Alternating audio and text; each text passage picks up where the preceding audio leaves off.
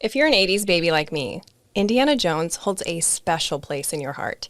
It taught us that bad guys want riches, and good guys want to put treasures in museums. Reality, however, is more nuanced and probably doesn't involve a chase scene on a moving train. I'm talking about archaeology, specifically the conflict between archaeologists and Native communities, between the science and the heritage, knowledge and belief. My next guest has been studying archaeology for over 50 years. He's a senior consultant at Archaeological and Cultural Education Consultants in Tucson, Arizona, and visiting professor at the Global Institution for Collaborative Research and Education at the Hokkaido University in Japan. He's also a member of the Choctaw Nation of Oklahoma. He was the second Native person to be president of the Society for American Archaeology and serves as a mediator between anthropological disciplines and Indigenous groups.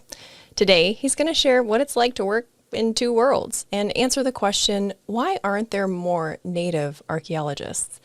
Anthropologist, archaeologist, liaison of the past and present, Dr. Joe Watkins. Thanks for being here. Halito Chukma, Sia Joe Watkins, Sia Choctaw, Oklahoma.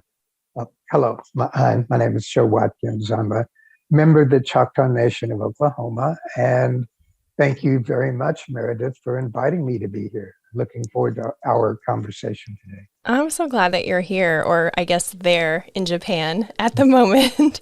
No slowing down for you after 50 years of studying archaeology. No, not at all. I find that archaeology has changed quite a bit, but the place it's practiced sometimes brings different and new insights into what's going on. Being here in Japan, it's kind of surprising trying to figure out what time it is someplace else and trying to either count backwards on a clock or count forwards. I always hesitate to say good morning because some of the people I talk with, it's already yesterday or sometimes it's tonight. I trying to keep things straight. It's always a constant struggle, but here in Japan, the archaeology is kind of fun because it's at least 30,000 years old. Oh, is There that all? is, Just 30,000? yeah, as opposed to maybe 2.5 million. But so it's kind of fun. And the people I'm working with here are really interested in the types of issues that have faced indigenous people in other parts of the globe. The Ainu are an indigenous group here in Japan, but they just received recognition from the Japanese government in 2008. So they are trying to come to terms with how other indigenous groups across the world interact not only with their governments, but also with the deep history that archaeology can help them better understand. I think that's one of the most interesting things about archaeology and anthropology to me is the interconnectedness of it all. You know, how it's not just isolated into one area. It's not just digging in the dirt. You know, it connects everyone. It's about people and the lives, the real lives that they lived, and connecting that to our real lives that we live. And it affects policy and it affects the way that we view one another. I think there's so much there. That's why I love this subject so much. And I'm so inspired by people in the field doing the thing like you are. And I heard that, tell me if this is true, that yeah, you look nervous all of a sudden. Yes. I heard that Native activist and author Vine Deloria Jr. had a big impact on your career. He did. I was very glad to meet Vine Deloria later on in his career and my career. But in 1969, just as I had graduated from high school and just before I started at the University of Oklahoma in archaeology, I happened to read excerpts of his book, Custer Died for Your Sins. in the August issue of Playboy magazine. And that just, I mean, I read the magazine for the articles. Right. I- yes, yes. But I did read that that chapter, and I bought the book. I read the book, and it had a great deal of influence because at that time, archaeologists, um, anyone who actually read the book, were afraid that they kept saying, "Well, if American Indians only knew what we did and what we could give them, they would be glad for us to do archaeology." And they never really understood that American Indians oftentimes saw archaeology as a political act that was in some ways perceived to remove the history of this continent from the descendants of those who created it. And also, it was seen that the archaeologists might be the ones giving them their history. So there was already a point of conflict in the 1960s. And I kind of thought, well, that's not what I'm going to do. So I thought that I wanted to work in actually go to Europe, Southwestern Europe, and dig up the ancestors of the American archaeologists and see how well they liked it. But um, I did get to spend 1 year or one summer in Southwest France, but I never did become a European archaeologist. And your friends were against you becoming an archaeologist. Was it for the same reasons that you just said, or did they have other motives? I think it was probably a combination of the two. I think they felt that that an American Indian couldn't be an archaeologist because they felt it might be betraying one's culture. And archaeologists felt that they didn't think an American Indian could be an archaeologist because they didn't believe that I could be objective enough. So there was always that, always in the middle. It's like walking on a barbed wire. You have to be kind of careful that you don't misstep and accidentally slide and hurt yourself. What did your grandmother think? Well, my grandmother was, at that time, my grandmother didn't really think much. But when I was 10 years old, I found an archaic projectile point about 6,000 years old. I found it on our family homestead in southeastern Oklahoma. And I showed it to my grandmother. She didn't really speak English. And I only spoke enough Choctaw to get my face slapped on occasionally. But I had a cousin who was fully bilingual. She explained that my grandmother recognized that projectile point didn't belong to the deep history of the Choctaw, but it belonged to those who had lived in the area before the Choctaw moved in the 1830s and 1840s. But she felt that it was very important that that unwritten history not get lost. So when I turned 17 and started thinking about, well, I really couldn't become a paleontologist and I couldn't go to Mongolia and excavate dinosaur egg nests, then I thought, well, archaeology, maybe that'll be fun. So I started doing archaeology and really I try to believe that I do try to help groups gather together whatever unwritten history that they might have. I don't believe that I tell them their history, but that I do try to make some of that information available to either complement their own or supplement what it is that they already have. I wonder if I'm naive in thinking that from the point of view that you just said, conveying that unwritten history, not letting the ancient cultures become lost in time. I feel like that's what archaeologists want and that's what Native people want. But I suspect I may just be naive in thinking that. Is that true? Am I just naive in thinking that they want the same thing? No, I believe that they do want the same thing. I think that archaeologists see things primarily from a universalist, broader perspective about the deep history of humanity, the deep history of our time here on this earth from as far back as we might possibly be able to craft it until as far in the future as we possibly can. American Indians, in many regards, and in many cultures, share some similar ideas and similar thoughts. American Indians definitely want to maintain their culture. They want to maintain their histories.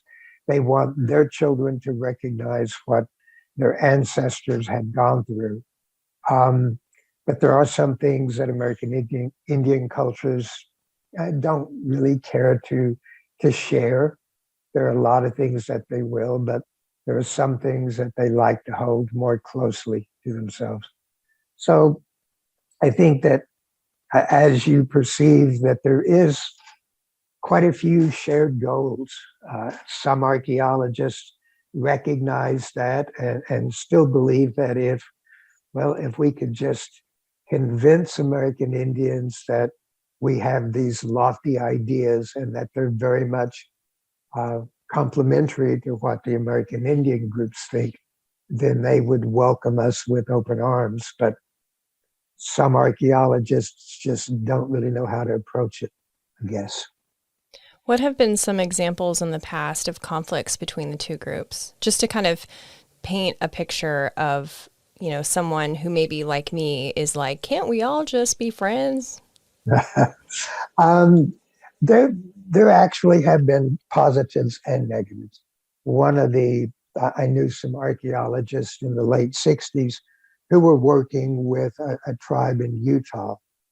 They were doing some work for the tribe, and as they encountered any sets of human remains, the archaeologists would leave them in the ground, or they would do very basic field research and get them out of the way of the construction so that they wouldn't be destroyed.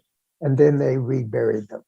And so they were working with the tribe uh, for the benefit of the tribe and doing things in the way that the tribe wished. Of course, that's one of the few very positive examples from that time period.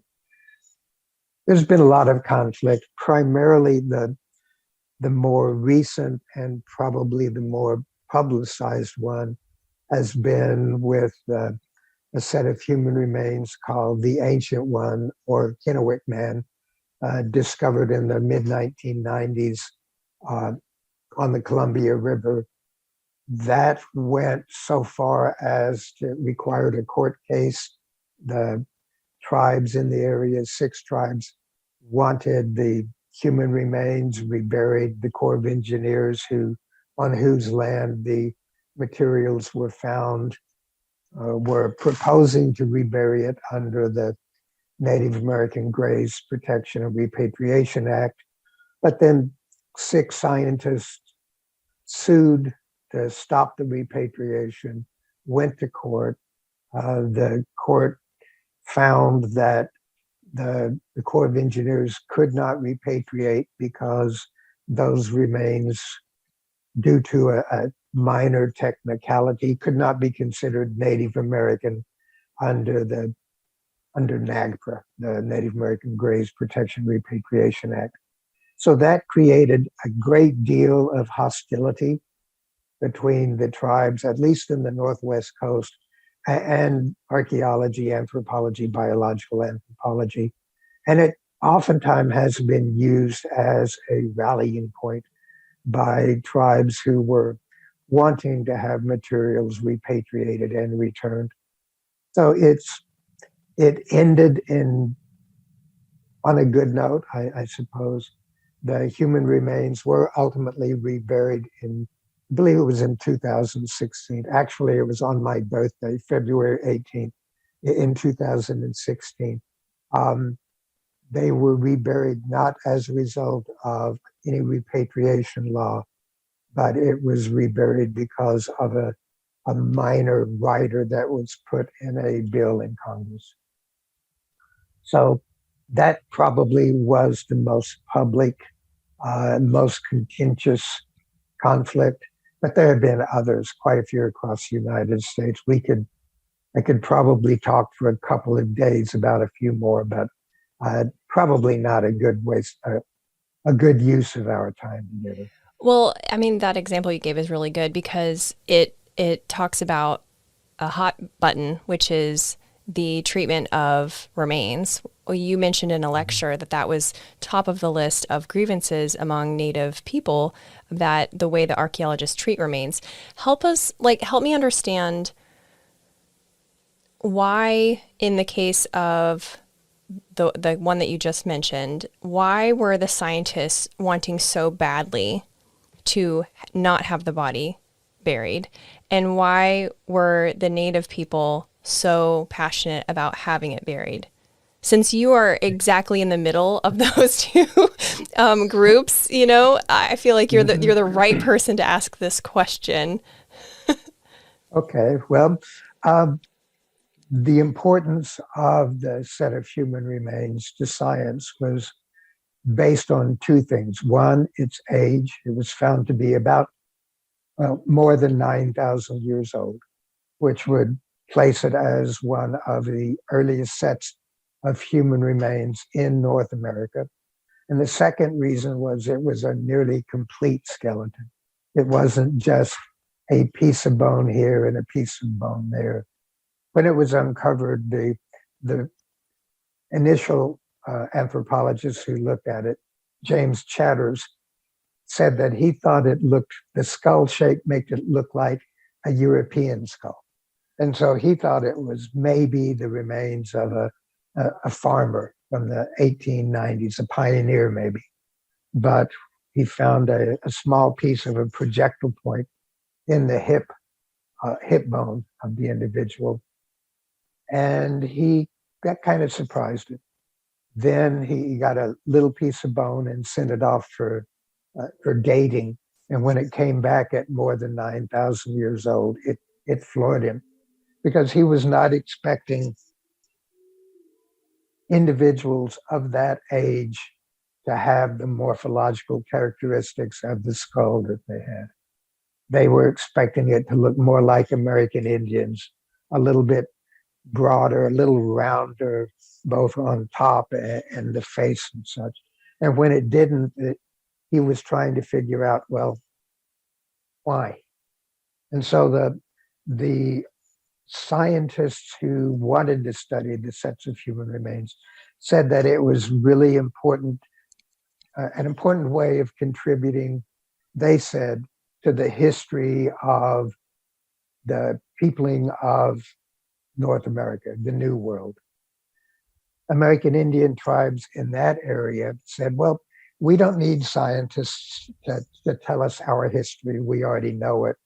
And that they also believed that human remains, once buried, should not be disturbed. They felt that once they were put either in the ground or as part of a sky burial, they should be left alone for time immemorial.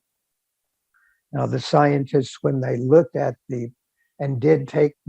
went out and looked at the site where the materials had been found, they recognized that the human remains, the person known as the Ancient One, had been buried, purposefully buried, with his head about 4 to 6 inches higher than his feet. His head was placed upstream, and they could tell this by looking at the excavation site and where the materials came from. So it wasn't just like this individual had been walking along and died and just fell in place and that his body just decomposed. It was ceremonially, or at least socially placed in a burial position in the ground. So the tribe saw that as, even though they may not have known what the actual ceremony was at the time, they did think he had been ceremonially placed. So they felt, therefore, that he shouldn't have been disturbed and that he needed to be placed back into the earth as soon as possible. So that's just very basic outline of what the conflicts were. I think that illustrates it pretty clearly. Is there a way for both parties to get what they want in a situation like that? Can the data that scientists hope to extract from a great intact skeleton be acquired in the field and then, buried soon after? Is there some sort of middle ground here, or will it always be a this or that? I'm not certain it'll always be a this or a that in the future. Right now, there are a lot of tribes that more than 200 federally recognized tribes have their own tribal historic preservation office. And those individuals who are within those offices work for the benefit of the tribe, and they recognize that even though archaeology may have some bad points to it, that it's much better for the tribe itself to control what's being done on the archaeology on their lands than it is to rely on some outsider to come in and do archaeology, perhaps without too much tribal involvement. So there has been a bit of growth in that regard. More and more, there are people who are more tribal people who are biological anthropologists and recognize that they too have a role in trying to help tribes recognize the utility that some of this information might be, either now or in the future. In the past, the Wichita tribe used to work with the Smithsonian Institution because they thought that if there were basic characteristics in human remains that could be identified as Wichita, then it might help them further expand their Aboriginal territories. So they saw that as a means of a utility, because if human remains were found outside of where they currently live, they could say, well, we used to live here in the past, and so we should have more consultation about any sorts of projects going on in those areas. So in some ways, it became a little bit of a political means as well. The Pawnee were very much involved in similar ideas. Currently, I think that much of what we are learning requires a little bit of destructive analysis. Much of the DNA information, the ancient DNA information that we are getting, it's giving us a better picture of some of the broad stories. We recognize that there were 2, 3, maybe as many as 5 different migrations into North America. Initially, it was thought that they came through a giant corridor that didn't have ice in it, but now we recognize that, well, some people probably did, others may not have. It looks like there might have been a coastal route that was a little bit easier and maybe a little bit earlier. So we're finding that there are some fascinating scientific stories that DNA is offered to tell us. But one thing I've always said is that DNA does not equate to culture. So even though the scientists can say, well, the DNA tells us this, tribal people recognize that, well, cultures change over time. And the first group of people who came into North America probably were not Native American, at least not in my opinion. But the first generation born here are they were the Native Americans. And so, regardless of where our great, great, great, great 500 generation great ancestors may have started out, once they got to North America, then they became American Indian, Native American. So there were some people, some of the scientists initially said that the ancient one, Kennewick man, looked more like Ainu, or looked more closely related to today's Ainu population here in Japan. But and because of that, there was someone here in Japan who said, well, can we repatriate the ancient one and rebury him here? Oh, goodness. Oh, Yeah, goodness. yeah. Well, NAGPRA does not apply to outside of the United States. So the answer, of course, was no. But again, that just goes to show some of the political uses that Yeah. scientists' pronouncements, perhaps inadvertent pronouncements, could be put.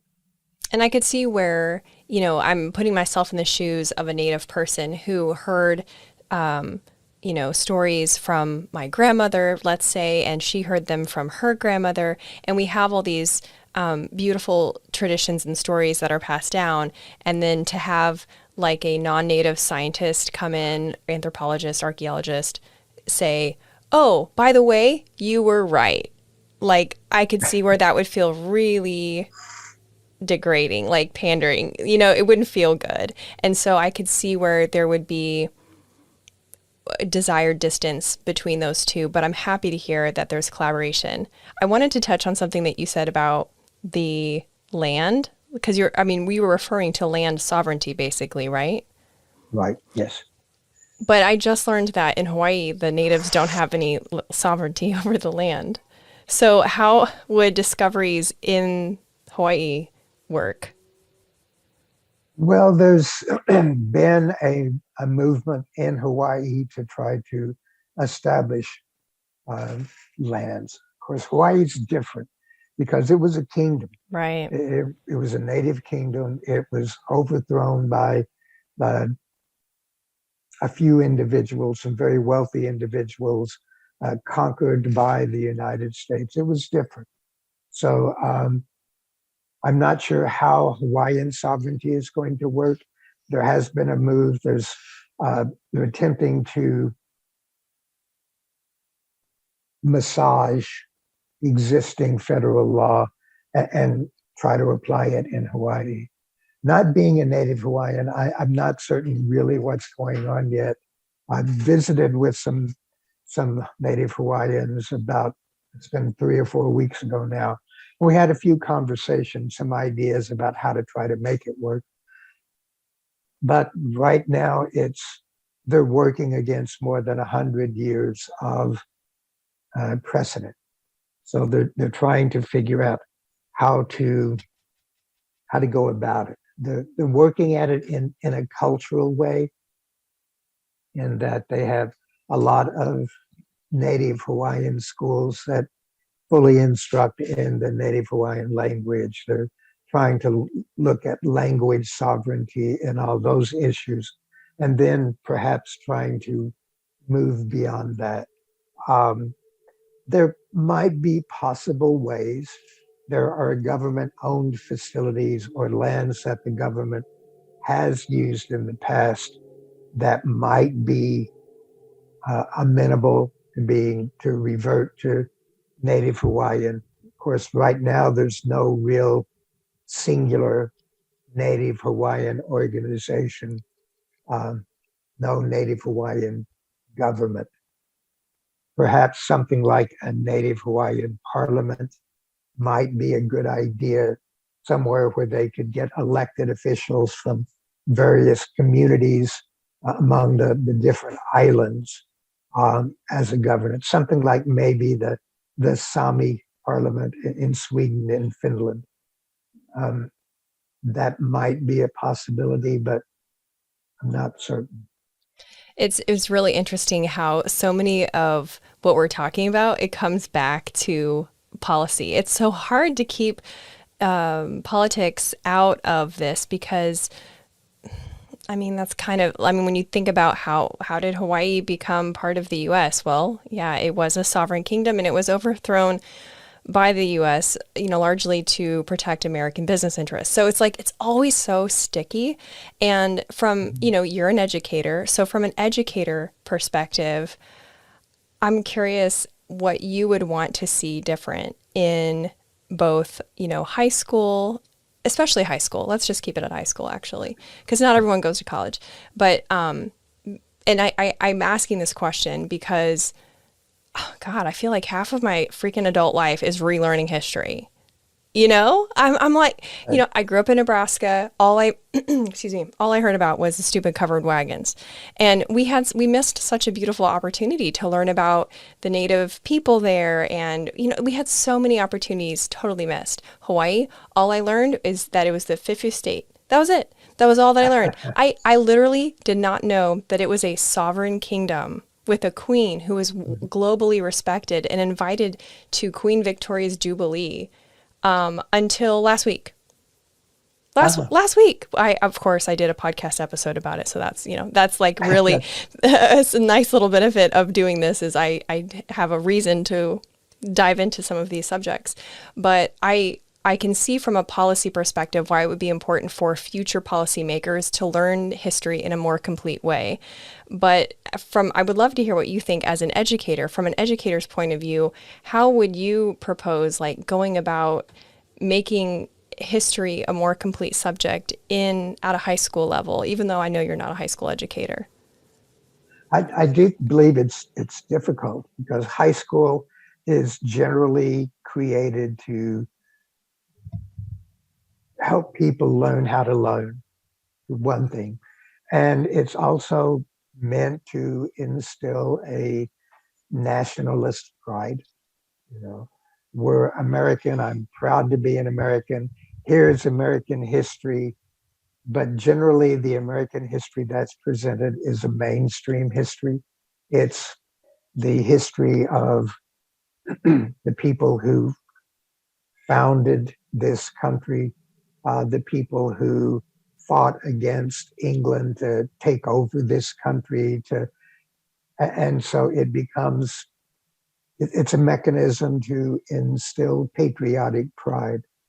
Um, and it's in many ways, I hate to say, well, no, I don't hate to say this. In many ways, it's propaganda. It's based to create people who can accept what their rulers, the governors or um, elected officials or president, what they believe is best for the country. As an American Indian growing up, I always recognized that it was a partial history. Um, in Oklahoma, the every day in November 17th, the state of Oklahoma celebrates the land run. The Oklahoma Land Run was a time when various portions of the state of Oklahoma were opened up to settlement to the white settlers. And so that was the beginning of Oklahoma's land based, if you will. And so many times the grade schools would have a mock land run. They would start on one side of the playground and everybody would yell and scream and dressed up as pioneers and run across and stake out their claim. So that was experiencing the state history. Well, no one really talked about the impact of that on the American Indian tribes whose land that was. Um, the federal government at the time, 1889, said, well, you don't need this much land. You're not using it. You're not farmers. You're not growing it. So you don't need the land. We'll open it up to the people who can tame it, the people who can make use of it, and the people back east who don't have land of their own. So there was always that conflict. And anytime any American Indian that I know of complained about it, the teachers, punished them basically in many ways. And so it was anytime we started looking at the non-national history, we got in trouble. So I believe that it's very important that something more than just one day. The only time I got any Indian history was the day before Thanksgiving. And then we learned about the first Thanksgiving. We learned about Squanto and the Pilgrims and how Squanto taught the Pilgrims how to bury a fish with their seeds so that it would grow better, and corn and beans and squash together and everything. So we didn't learn American Indian history, at least not in grade school. In high school, we had maybe a week. In Oklahoma, it was primarily talking about the five civilized tribes and the trails of tears. So we are very incomplete. And of course, each state has its own sets of requirements. So only rarely is American Indian history taught. And quite often, what is taught is only partially correct. Um, I, at this point in time, I do know that many many American high schools teach students to be able to take standardized tests just to prove that they have limited or at least a minimal level of education. I don't know well enough about how more advanced high schools, what classes they offer or anything. So I think that part of the issue with public education is that it is oriented more toward a nationalist goal of teaching everybody a very shared set of information so that we can all feel like we all belong to the same culture. And so we will be willing to fight in war, in my And so we'll opinion. be, so that we'll be able to fight to protect the social fabric that we all are a part of, whatever the reasons that may be. Blind patriotism is such a scary thing. Hmm. And, that's some of the things that we've seen in some of the political issues that have happened across the country in the previous 4 or 5 years. Yeah, and I don't think it's, unique to the United States. I think every country has that temptation, whether it's taught to them or not. It's just part, I think, of our nature to gather with and support people that are like ourselves. But when it comes to, learning about the past, I do think that bigger picture of history would benefit everyone. And so, as we wrap up, I would love for you to weigh in on why you feel that it's important for the world to hear about Native history from Native people. Certainly.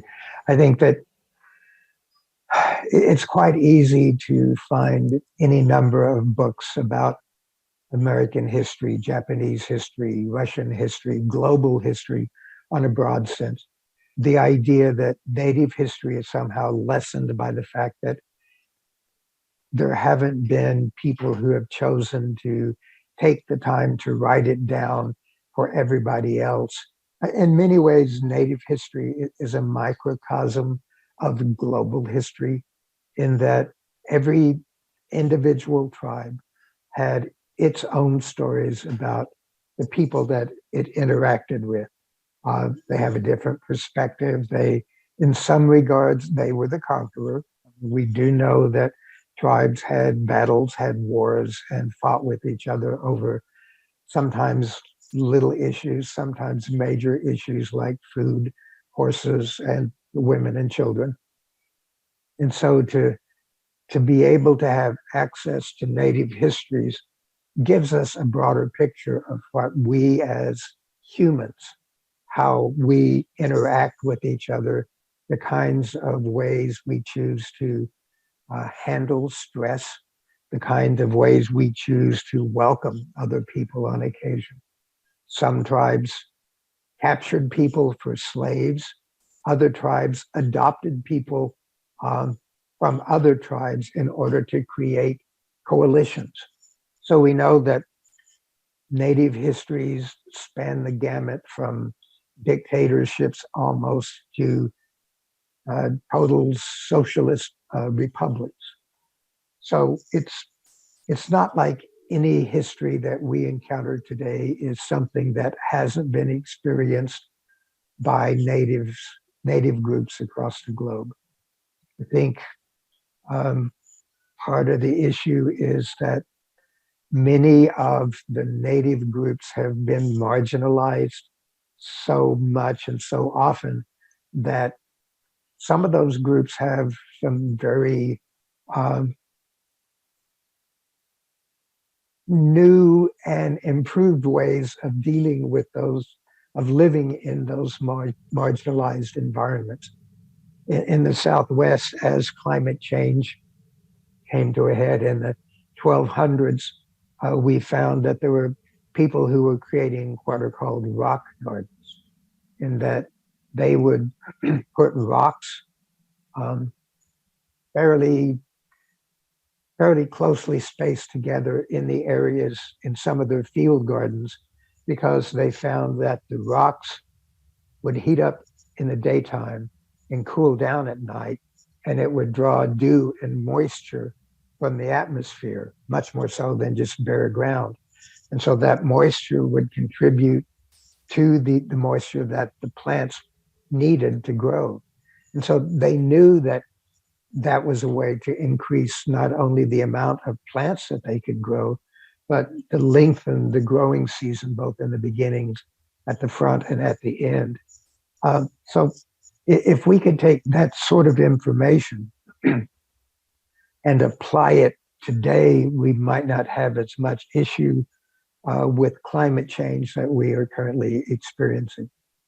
I'm not certain to what extent this would work on a global scale, but we know at least on a local geographical scale, it might work. So we do recognize that there's some very definite native knowledge that can be beneficial.